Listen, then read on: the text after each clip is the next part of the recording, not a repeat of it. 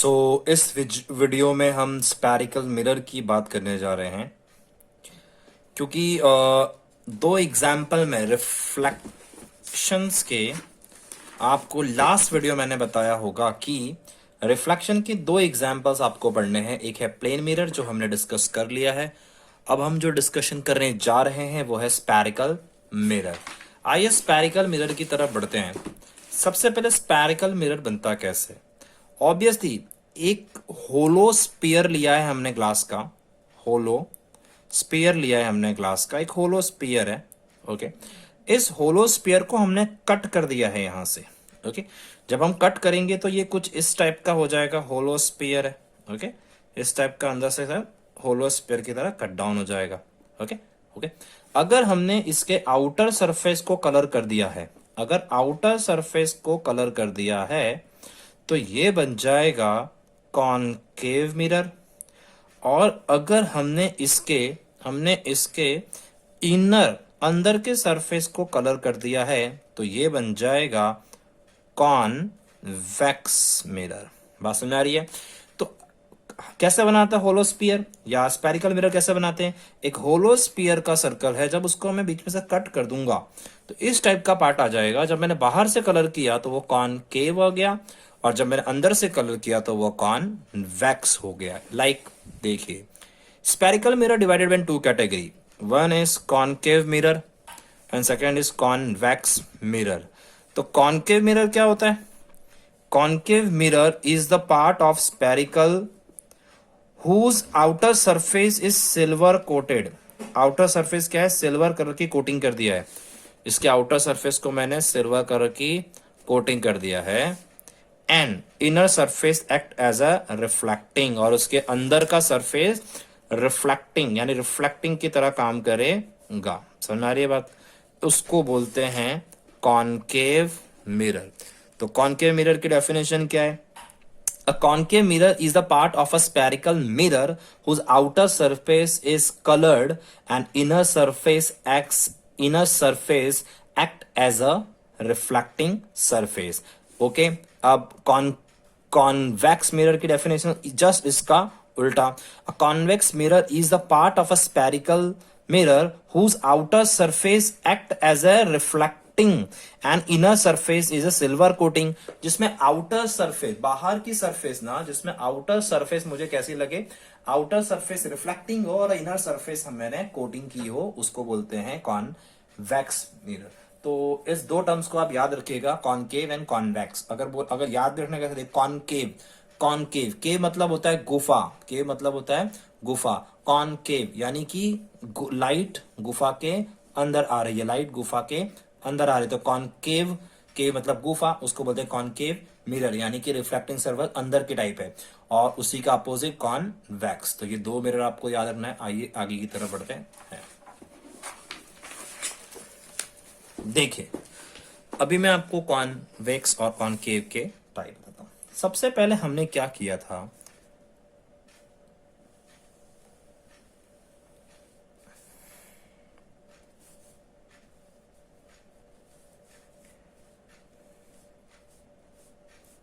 एक होलो स्फीयर लिया था। आपको ये होलो स्फीयर दिख रहा होगा, मतलब एक सर्कल ही था ये, उसका सेंटर होता है, सर्कल का सेंटर बीच में होता है। बात समझ में आ गई आपको? और हमने यहां से ऐसा कट डाउन कर लिया था। ओके, ऐसा कट डाउन कर लिया था। ये क्या है? एक स्फीयर है, और ये है उसका सेंटर। तो सेंटर ऑफ सी से डिनोट करते हैं, ये भी आपको समझ में आ गया। अच्छा, ये क्या है? सेंटर से ये क्या है? रेडियस, ये भी आपको पता है, इसको क्या बोलते हैं? रेडियस आर बोलते हैं। ये समझ में आ गया। और यहां से मैंने कट डाउन किया, ये है आपका कर्व मिरर, ये है आपका कर्व मिरर है। आपको बात समझ में आ गई? ये है आपका कर्व मिरर, जिसके आउटर सरफेस से मैंने कलर कर दिया है। इतनी बात समझ में आ गई है आपको? ओके, ये बात समझ में आ गई। यहां से लेके यहां तक आपका क्या है? एक मिरर है। ओके, आइए मैं उसको थोड़ा सा कलर्ड पार्ट में कर दूं।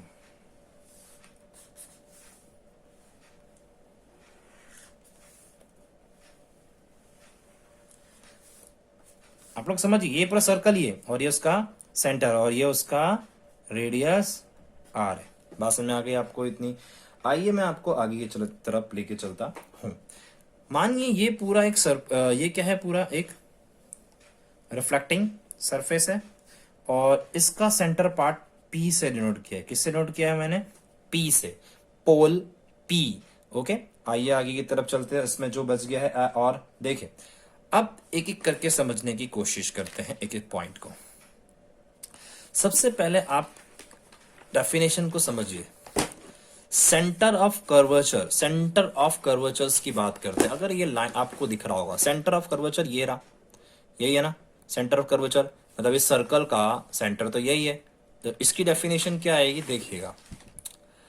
The centre of hollow sphere का centre of which the curve और स्पेरिकल मिरर फॉर्म, जिसमें से ये कर्व मिरर को फॉर्म किया गया है, ये कर्व मिरर बनाया गया है। ये पूरा क्या है? होलो स्पीयर है। उस होलो स्पीयर में से ये क्या है? उसका सेंटर ऑफ कर्वेचर है, सेंटर है, उसमें से ये कर्व मिरर बनाया गया है। ओके, आगे देख लेते क्या बोला है। विच द कर्व और spherical mirror form is called a centre of curvature. Okay, it is denoted by C. इसको किससे डिनोट करते हैं? सी से। बहुत ही इजी है। सेंटर ऑफ कर्वेचर ये रहा आपका सेंटर ऑफ कर्वेचर, ये रहा। ये पूरा क्या है? होलो स्पीयर। होलो स्पीयर का सेंटर वाला भाग जिसमें से ये कर्व मिरर बनाया गया हो, उसको बोलते हैं सेंटर ऑफ कर्वेचर। आगे बात करते हैं रेडियस ऑफ कर्वेचर। रेडियस किसको बोलते? ध्यान से देखिएगा। The radius of a hollow sphere of which the spherical mirror form. देखिए आप, सिंपल सी बात है। ये पूरा क्या है? ये पूरा एक होलो स्पीयर है। इसका रेडियस क्या है? ऑब्वियसली यही है। ओके, तो इसी को बोलते हैं रेडियस ऑफ कर्वेचर। ये रेडियस ऑफ कर्वेचर। आप इसको एक सर्कल की तरह डिनोट करिए ना, तो यही उसका रेडियस हो गया। आइए देखिए, the radius of a hollow sphere of which the spherical mirror form is called a radius of curvature। आगे की तरफ बढ़ते हैं।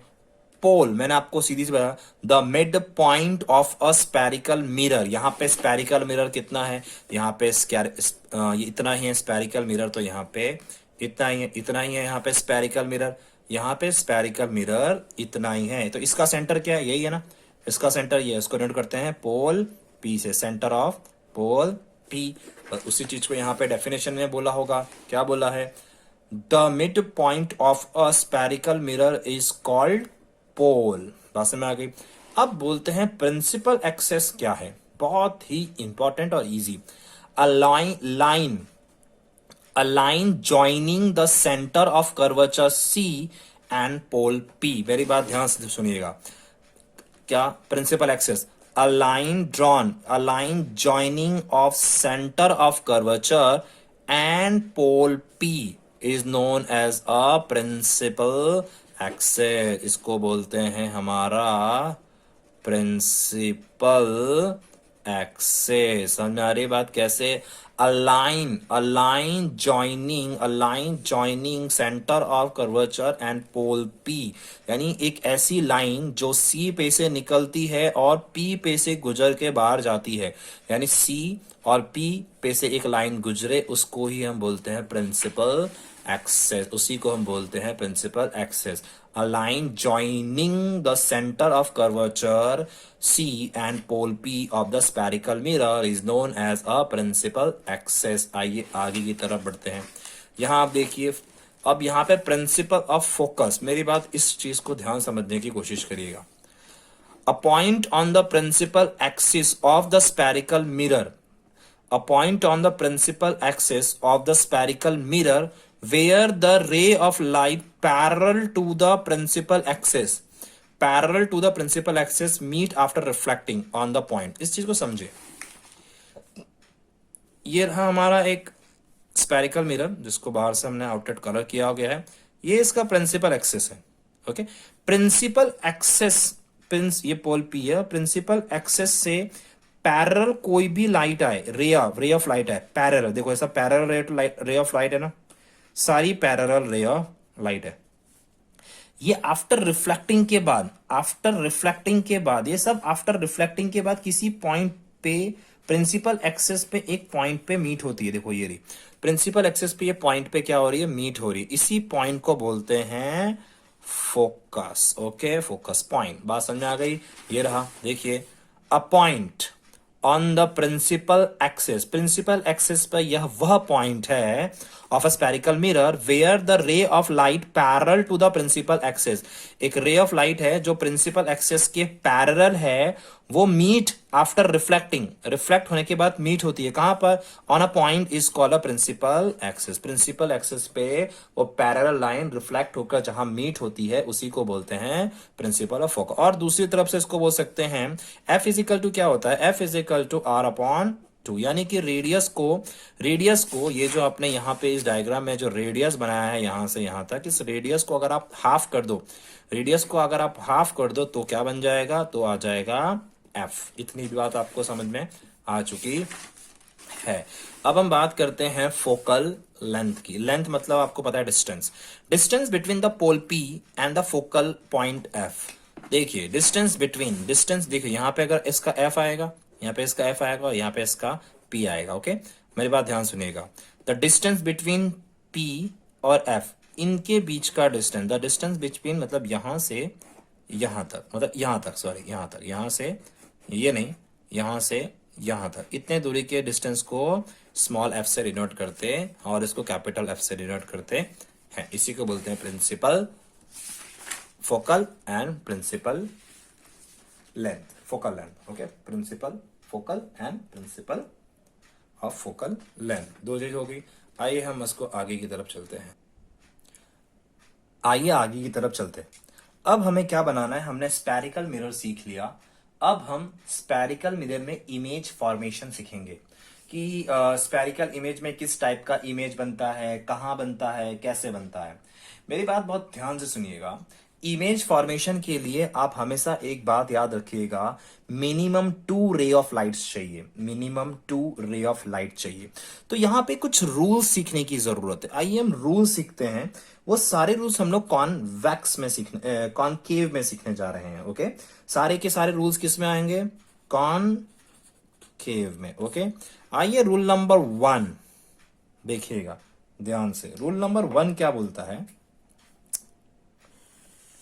स्पेरिकल मिरर है, आउटर साइड कलर है, अगर कोई भी लाइट प्रिंसिपल एक्सेस के पैरेलल आए, अगर कोई भी लाइट प्रिंसिपल एक्सेस के पैरेलल आए, तो आफ्टर रिफ्लेक्शन के बाद, आफ्टर रिफ्लेक्शन के बाद वो पॉइंट पी पर जाते हैं। आपको बात समझ में आ गई? अगर कोई भी ray of light principal axis के पैरेलल आएगी तो वो पी, सॉरी एफ से, फोकल पॉइंट एफ से गुजरेगी। इतनी बात समझ में आ गई? अभी हम बात करते हैं रूल नंबर 2 की, ध्यान से सुनिएगा।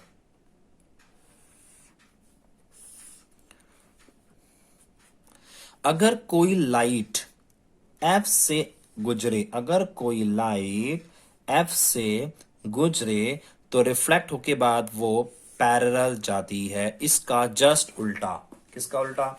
इसका उल्टा। यहां पे क्या था? अगर लाइट पैरेलल आ रही है तो एफ से गुजरेगी, और अगर लाइट एफ से आ रही है तो पैरेलल गुजरेगी। ये दो रूल्स में कोई प्रॉब्लम है क्या आपको? ये दो रूल्स में कोई प्रॉब्लम है? अगर कोई इन दो रूल्स में कोई प्रॉब्लम है तो आप पूछ सकते हैं। सिर्फ उल्टा है, अगर लाइट पैरेलल आ रही है तो एफ से जाएगी रिफ्लेक्ट होने के बाद, और अगर लाइट एफ से आ रही है तो पैरेलल गुजरेगी रिफ्लेक्ट के बाद। आइए लॉ नंबर 3, रूल नंबर 3, ये एफ है और यहाँ पे सी कर बचा होता है। अगर यहां ध्यान से देखना, ध्यान से देखने की बात है ये, अगर लाइट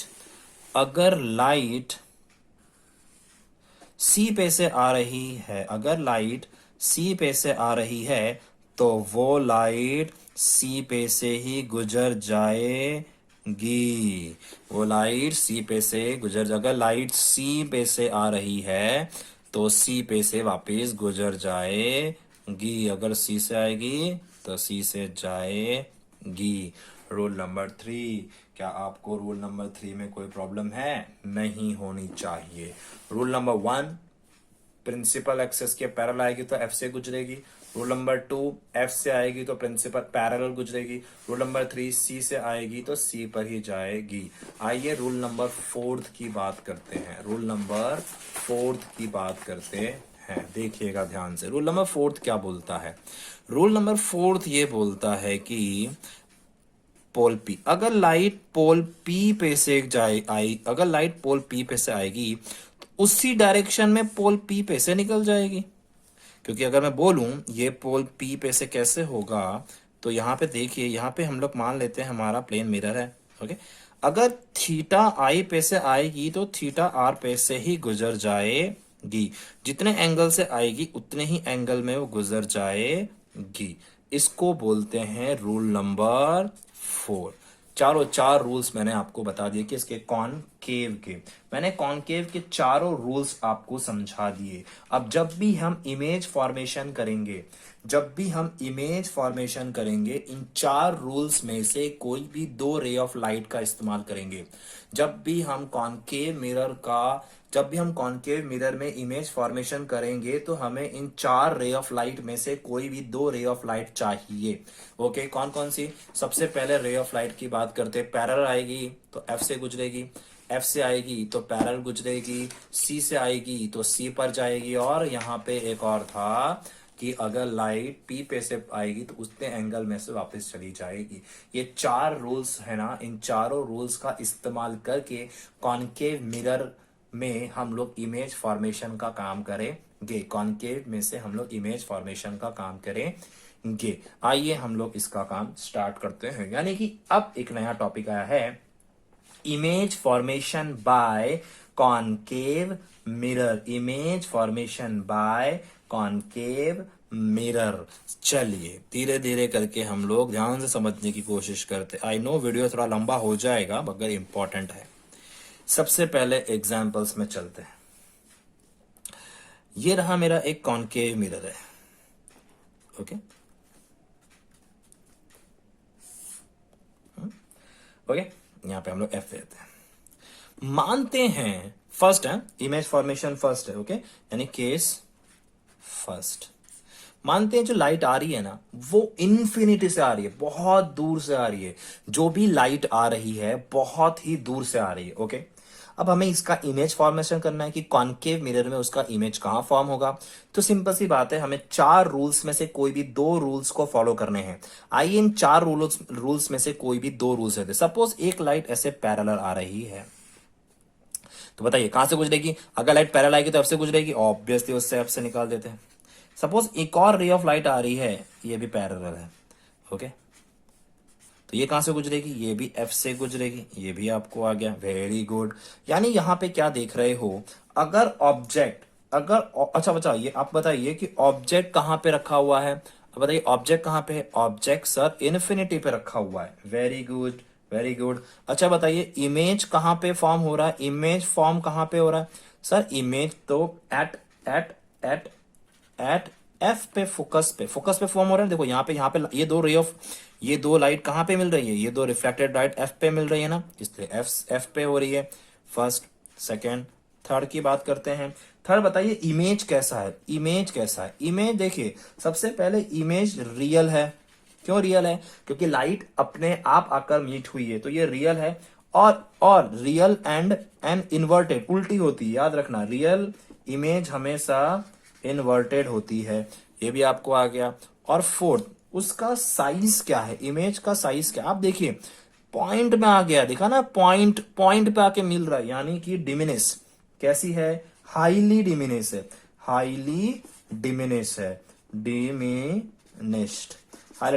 मतलब इसका मतलब क्या है? अगर हमारा ऑब्जेक्ट इन्फिनिटी पे रखा हो, देखा इन्फिनिटी, पता नहीं कहां है, कोई ऑब्जेक्ट बनाया क्या? नहीं बनाया, इन्फिनिटी पे रखा है, तो इमेज फॉर्मेशन एट एफ पे उसका इमेज फॉर्म होगा। बात समझ में आ गई है? इमेज कैसा होगा? Real and inverted. रियल मतलब क्या होगा? रियल इमेज है। रियल क्यों? क्योंकि अपने आप रिफ्लेक्टेड रे मीट हो रही है, इसे रियल है। और इन्वर्टेड, रियल इमेज हमेशा इन्वर्टेड होती है। और साइज क्या है? Highly diminish. उसकी साइज क्या है? Highly diminish. ये है केस नंबर 1। अब हम बात करते हैं केस नंबर 2 की। अब ऑब्जेक्ट को हम थोड़ा सा आगे लाते हैं। मेरी बात ध्यान से सुनिएगा। अब ऑब्जेक्ट को हम कहाँ लाते हैं, थोड़ा आगे, मतलब ये रहा हमारा सी, ये रहा हमारा एफ। अब ऑब्जेक्ट को कहाँ रखते हैं, यहाँ पे रखते हैं हम लोग, यहाँ पे हमने ऑब्जेक्ट को रखा है। बात समझ आ गई। अब इसका इमेज इस कॉन्केव में कहाँ फॉर्म होगा, आइए देखते हैं। हमें दो रे ऑफ लाइट चाहिए, चलिए एक रे ऑफ लाइट सीधी गई। अगर कोई रे ऑफ लाइट सीधी जाती है तो ऑब्वियसली वो एफ से जाएगी, सबको पता है। एक और रे ऑफ लाइट चाहिए ना, चलिए हम वो रे ऑफ लाइट सी से बनाते हैं। अगर रे ऑफ लाइट सी से बनती है, अगर रे ऑफ लाइट सी पे से आ रही है तो कहाँ जाएगी, वापिस सी पे चली जाएगी, वापिस जाएगी यहाँ पे, अगर वो सी पे से आ रही है तो। यानी यहाँ पे मिल रही है, देखा ना, ये वाली रिफ्लेक्टर ऑफ रे यहाँ से गुजरी और ये वाली यहाँ से गई, यहाँ पे काटा, यहाँ पे काट लिया। यानी यहाँ पे काटने का मतलब है कि, यहाँ पे काटने का मतलब है कि इसकी इमेज यहाँ पे फॉर्म होगी। ओके, सिंपल सी बात है। पहला क्वेश्चन, ऑब्जेक्ट कहां पर रखा है, ऑब्जेक्ट रखा है, ऑब्जेक्ट कहां पे, ऐसा बोल सकते हैं ऑब्जेक्ट रखा है आपका बियॉन्ड सी, सी के पीछे है ना, तो हम लोग लिख सकते हैं बियॉन्ड सी, ऑब्जेक्ट सी के पीछे रखा हुआ है। Very good. इमेज कहां पे फॉर्म हुआ है, समझ में आ रही है, इमेज फॉर्म्ड, इमेज कहां पे फॉर्म्ड हुआ है, इमेज फॉर्म हुआ है बिटवीन, आप देख सक रहे हो कि इमेज फॉर्म हुआ है between F and curvature of C, focal point और एफ। देखो ना, इमेज इन एफ और सी के बीच में बना है ना, इमेज एफ और सी के बीच में बना है। दूसरी बात हम करते हैं, इमेज कैसी है, हाँ इमेज का नेचर कैसा है, वेरी इजी, वो रियल है क्योंकि अपने आप मीट हो रही, और अगर रियल है तो वो इन क्या होगा, वो होगा इनवर्टेड होगा। थर्ड की बात करते हैं, साइज कैसा होगा उसका, फोर्थ में साइज कैसा होगा, डिमिनिश होगा, डिमिनिश। डिमिनिश क्यों बोला, क्योंकि देखो ऑब्जेक्ट बड़ा है लेकिन यहाँ पे इमेज उससे थोड़ी छोटी मिली, हाईली डिमिनिश नहीं है। हाई डिमिनिश मतलब क्या, पॉइंट, पर ये पॉइंट नहीं है, ये थोड़ी छोटी है, इससे थोड़ी छोटी है, इसीलिए ये डिमिनिश हो गया। केस 2 भी समझ में आ गया। अब धीरे धीरे ऑब्जेक्ट को और आगे लाते हैं, यानी केस नंबर 3 की बात करते हैं। अब ऑब्जेक्ट को मैं कहां ला रहा हूं, सी पर। देखो इसमें मैंने ऑब्जेक्ट को कहां रखा था, सी के पीछे रखा था। अब मैं ऑब्जेक्ट को कहां रखूंगा, अब मैं ऑब्जेक्ट को रखूंगा हमारे सी पर। ये देखिए मैंने ऑब्जेक्ट को सी पे रखा, यहाँ उसका एफ होगा। अगर ऑब्जेक्ट सी पे दो रे ऑफ लाइट चाहिए, एक रे ऑफ लाइट सी पे से गुजरी है तो वो पैरेलल है तो वो एफ से गुजर जाएगी, वेरी वेरी इजी है।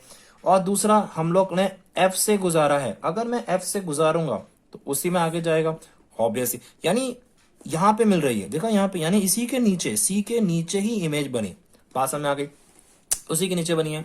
यानी कि ऑब्जेक्ट कहां पे रखा हुआ है, एट सी पर, ऑब्जेक्ट कहां है, सी पर रखा हुआ है। अच्छा, इमेज कहां फॉर्म हुआ, ये इमेज भी एट सी पर ही फॉर्म हुआ है, इमेज भी एट सी पर फॉर्म हुआ, ये दोनों चीज आपको समझ में आ गई है। अच्छा, इमेज कैसा है, इमेज कैसा है, वेरी इजी, इमेज कैसा है, एक तो रियल है, और अगर रियल है तो वो कैसा होगा, इनवर्टेड होगा, ये भी समझ में आ गया। 3 चीज समझ में आ गया, 1 चीज, 2 चीज, 3 चीज। अभी फोर्थ चीज की बात करते हैं, तो फोर्थ क्या है, उसकी साइज, साइज कैसी है, साइज क्या है, सेम साइज है, क्योंकि जितना बड़ा, अगर मैं बोलूं ये ए बी है तो ये भी क्या होगा, बी ए ही होगा, मतलब A B is equal to A B, A dash B dash मान लेते हैं, यानी कि सेम साइज होगा। ये रहा केस नंबर 3। अगर हम यहाँ पे देखिए, केस नंबर 1 पे क्या बोला था मैंने, अगर ऑब्जेक्ट इन्फिनिटी रखी गई है तो वो फोकस एफ पे मीट हो रही है, यानी एफ पे उसकी इमेज बनेगी।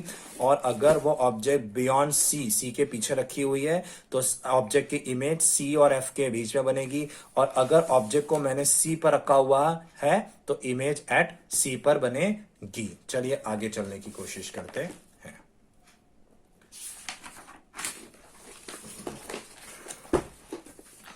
अब हम लोग आगे चल के इमेज को और आगे रखते हैं। अब हम लोग इमेज को ना C और F के बीच में रखते हैं, मेरी बात ध्यान। अब इमेज को हमने रखा है C और F के बीच में, और ऑब्वियसली आप सबको पता है दो रे ऑफ लाइट चाहिए।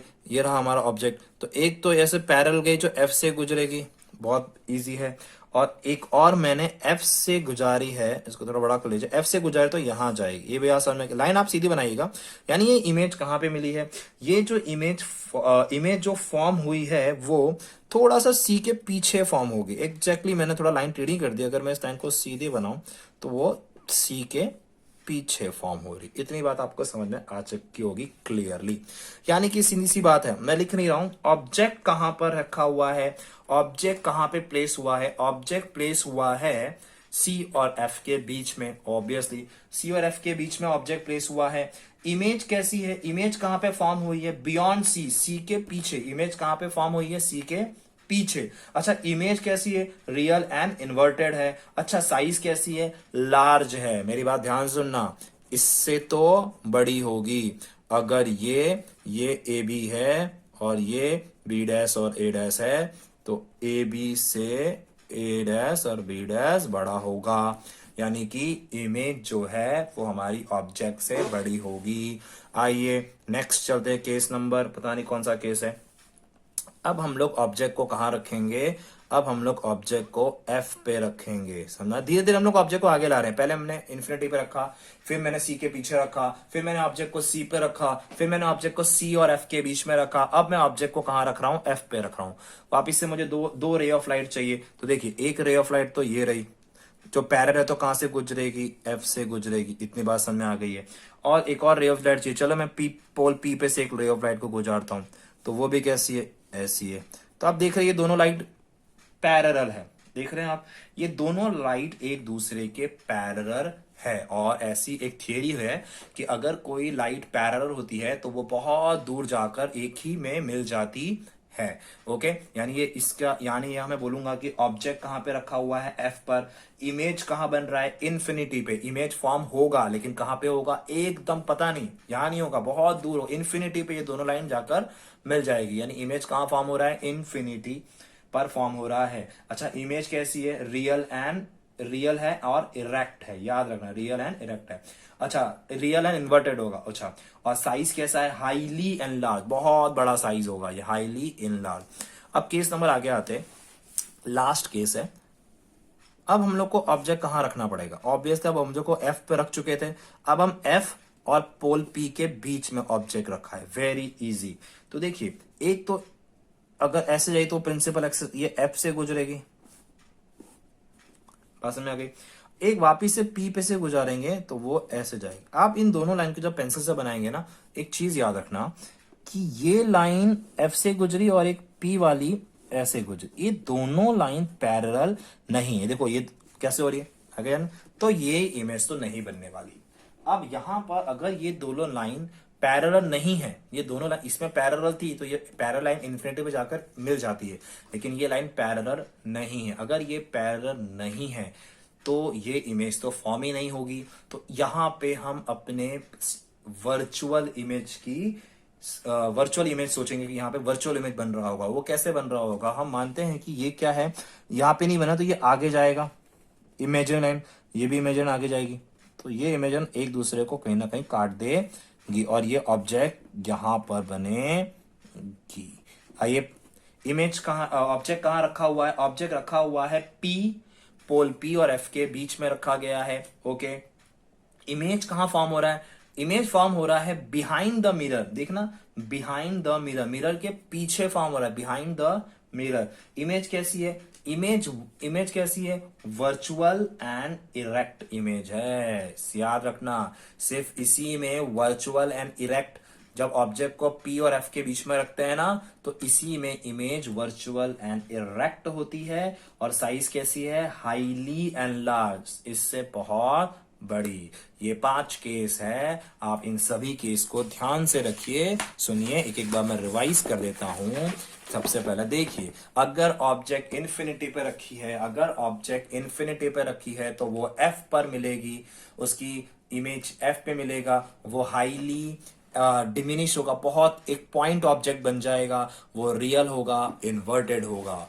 और यहां देखते केस नंबर 2 में देखते, अगर हम लोग ऑब्जेक्ट को बियॉन्ड सी यानी सी के पीछे रखा है तो इमेज की फॉर्मेशन सी और एफ के बीच में होगा, सी और एफ के बीच में उसका इमेज बनेगा, इमेज रियल और इन्वर्टेड होगा और ये डिमिनिश होगा, मतलब कि ऑब्जेक्ट से छोटा होगा। केस नंबर 3 में देखिए, अगर मैंने ऑब्जेक्ट को सी पर रखा है तो उसका इमेज एट सी पर ही बनेगा और ऑब्जेक्ट रियल और इन्वर्टेड होगा और साइज सेम होगा। कुछ अब देखिए यहाँ पे 4th पे, अगर मैंने ऑब्जेक्ट को C और F के बीच में रखा है तो इमेज फॉर्मेशन बियॉन्ड C होगा। ओके, साइज कैसा होगा? लार्ज होगा, वर्चुअल होगा और रेक्ट होगा। अगर मैंने ऑब्जेक्ट को point F, focal point F पे रखा है, तो जब मैं इसमें इमेज फॉर्मेशन कराऊंगा तो वो इमेज इन्फिनिटी पे।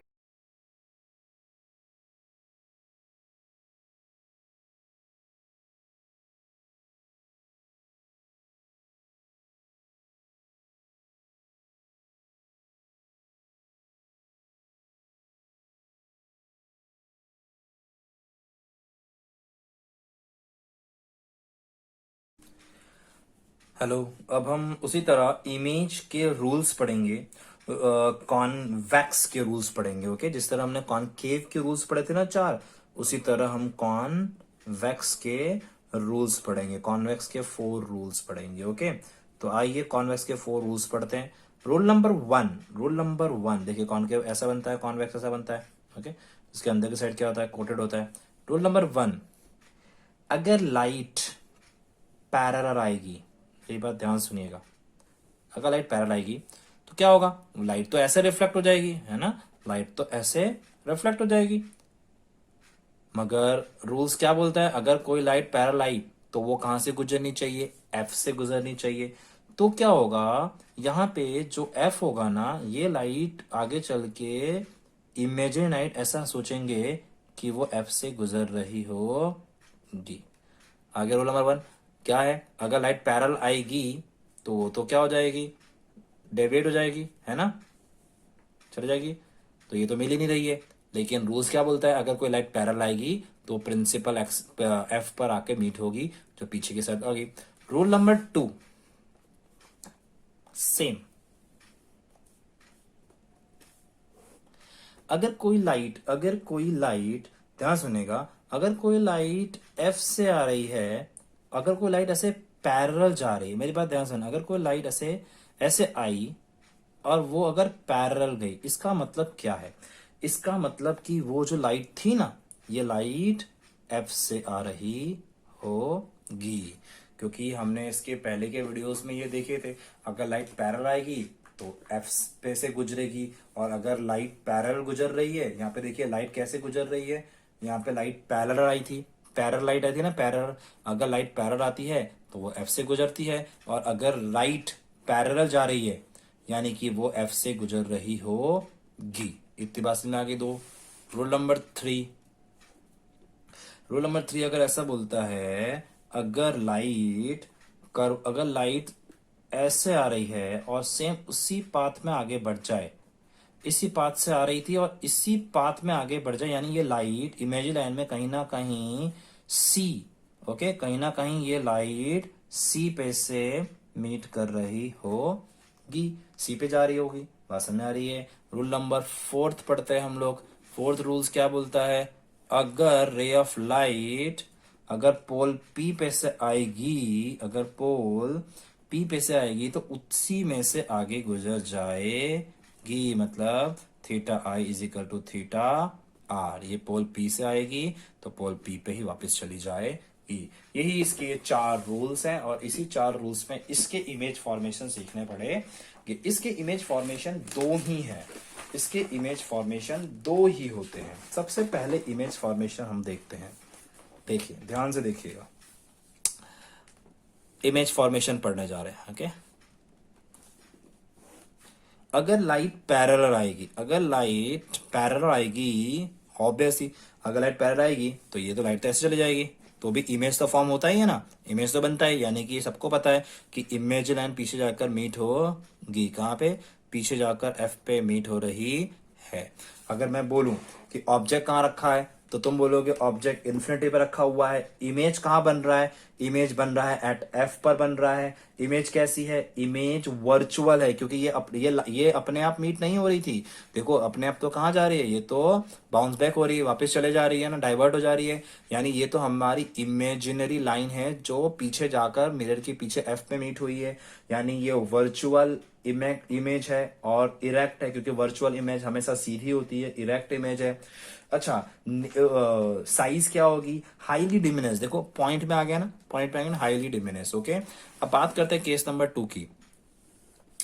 अगर अगर इमेज को इन्फिनिटी और पोल पी के बीच में आप कहीं भी रखो, अगर ऑब्जेक्ट को इन्फिनिटी और पोल पी के बीच में आप कहीं भी रखो, कहीं भी रखते, सपोज हम लोग यहां रखते हैं, ओके, इमेज ऑब्जेक्ट कहाँ रखा हुआ है, ऑब्जेक्ट रखा है इन्फिनिटी और पोल पी के बीच में, तो इससे क्या होगा, दो रे ऑफ लाइट चाहिए, एक रे ऑफ लाइट ऐसे आई जो कि ऐसे चले जाएगी, तो मानते हैं कि ये पीछे की तरफ एफ से मीट हो रही होगी, एफ पे आ रही होगी, और एक और रे ऑफ लाइट चाहिए, चलो मानते हैं हम लोग कि रे ऑफ लाइट ये ले पोल पी से, तो ऐसे चली जाएगी, तो यहाँ से वापिस से ये लाइट ऐसे जाएगी, यानी ये इमेज यहाँ पे फॉर्म हो रही है। यानी कि बात सुनना, अगर कॉन्वेक्स में ऑब्जेक्ट को इन्फिनिटी और पोल पी के बीच में आप कहीं भी रख दो, अगर ऑब्जेक्ट को इन्फिनिटी और पी के बीच में आप कहीं भी रख दो, इमेज हमेशा और हमेशा पी और एफ के बीच में ही मिलेगी। नो डजेंट मैटर कि वो कहीं भी हो, वो सी पे हो या एफ पे हो, एफ के बीच में कहीं से भी हो, कहीं भी आप रख दो, उसकी इमेज हमेशा पोल पी और एफ के बीच में ही मिलेगी। इसको बोलते हैं image formation by convex mirror। Thank you। Next video कल।